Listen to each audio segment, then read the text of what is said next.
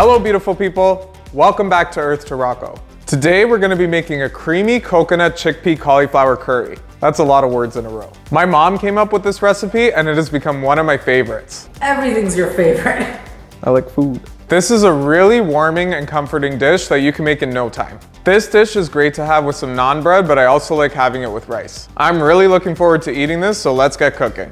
So we're gonna start by toasting our cauliflower. Now cauliflower is completely optional in this recipe. You can just do it with chickpeas, but I like to give an extra layer of texture. So first we're gonna throw the cauliflower onto a baking sheet. Drizzle it with a little bit of extra virgin olive oil. I'm gonna sprinkle some salt. Now I made my own curry powder for this, so if you don't have curry powder, it's really easy to make. And I'll leave the instructions on my website to tell you how. Now just sprinkle some curry powder onto the cauliflower. So I'm just gonna mix it up a bit.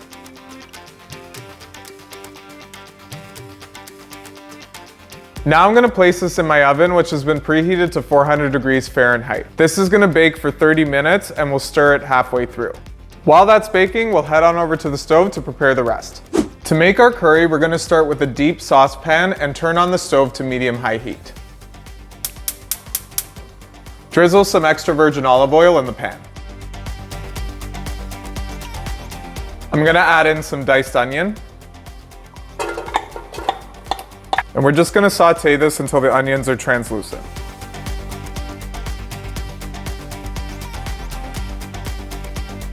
I'm just gonna add in some minced garlic and let this saute for about 30 seconds to a minute. Now I'm gonna add in half a can of whole peeled tomatoes along with some of the sauce that comes in the can. And as this is cooking, we just wanna break up the tomatoes a bit. We're gonna make a spicy paste to go into the curry. So I have a little bit of tomato paste and water here. I'm gonna add in some curry powder. In this plate, I have some salt, turmeric, garam masala, ginger, cumin, thyme, and red pepper flakes. And this is all gonna go in as well.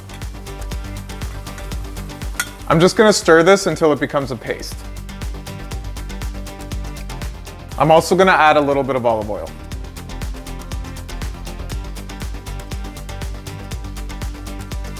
Now we can add this into the pot. I'm gonna stir this in with the sauce and cook it a little bit to allow the flavors to combine in with the tomatoes. I'm gonna add in a can of coconut milk, and this is gonna make our curry nice and creamy and also give it an extra layer of flavor. I'm also gonna put in half a cup of vegetable broth.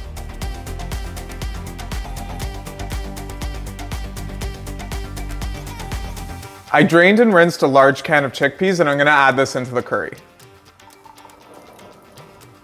Once this comes to a boil, we're gonna cover it and reduce the heat to low and allow it to simmer for about 15 minutes.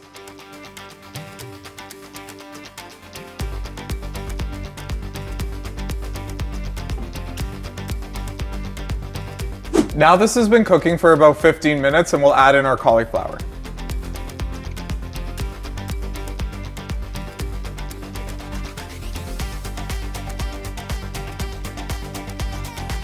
I'm just gonna cover this and let it cook for another 5 minutes to allow the flavor of the curry to incorporate into the cauliflower.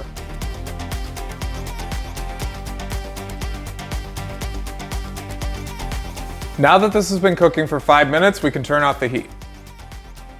I'm gonna squeeze in the juice of 1 lime. And I'm gonna add in some chopped cilantro. Now, if you're not a fan of cilantro, you can always use parsley. And just stir it in. Now we're ready to serve.